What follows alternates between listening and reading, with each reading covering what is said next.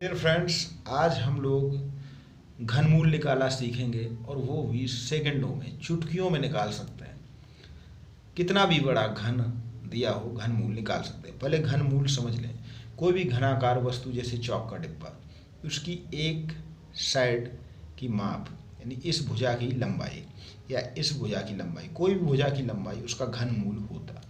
अब हमें 1 से लेकर 10 तक घन याद कर लेने। जैसे 1 गुणे 1 गुणे 1 तो 1 ही होता है। 5 गुणे 5 गुणे 5 125 होता है। 7 गुणे 7 गुणे 7 343। तो घन याद कर लेने।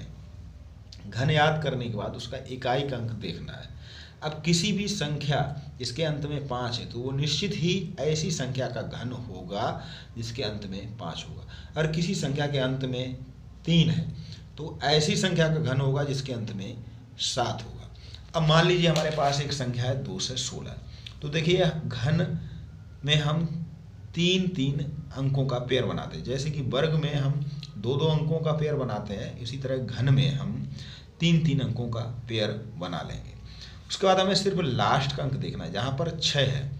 अब चूंकि यहाँ पर एक ही पेयर बना तो एक ही संख्या का ये घन होगा, तो हम देख लेंगे कि देखेंगे यहाँ पर 6 लास्ट में यहाँ पर है तो निश्चित ही ये 6 का घन होगा, तो 6 लिख देंगे। ये हमारा 2 से 16 का घन मूल निकल आया। अब यहाँ पर हम देखेंगे, यहाँ पर 6 डिजिट है, अंत में 7 देखेंगे और अंत में 7 सिर्फ होगा जिसके अंत में 3 होगा। यानी कि ऐसी संख्या जिसके अंत में 3 होगा उसका घन 27 यानी कि अंत में 7 होगा।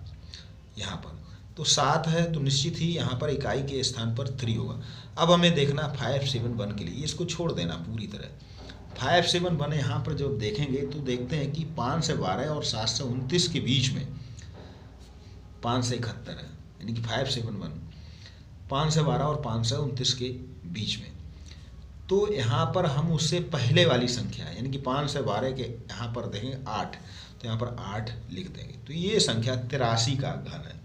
इसी तरह ये संख्या 9 है तो निश्चित ही 9 यहाँ पर है, तो 9 ये 9 ऐसी संख्या होगी जिसके इकाई के स्थान पर 9, तो 9 लिख देंगे। अब रहा 3 से 28। 3 से 28 देखते हैं कि यहाँ पर 2 से 16 और 3 से 43 के बीच में, तो पहले वाली संख्या यानी कि 2 से 16, यहाँ पर हम 6 इसके सामने, तो यहाँ पर 6 लिख देंगे। तो इसका घनमूल 16 है, 69। तो किसी भी संख्या का हम घनमूल आसानी से निकाल सकते हैं, कोई भी संख्या हो। तो निश्चित ही ये ट्रिक बहुत ही महत्वपूर्ण, और इस ट्रिक के माध्यम से आप किसी भी संख्या का घनमूल आसानी से निकाल सकते हैं।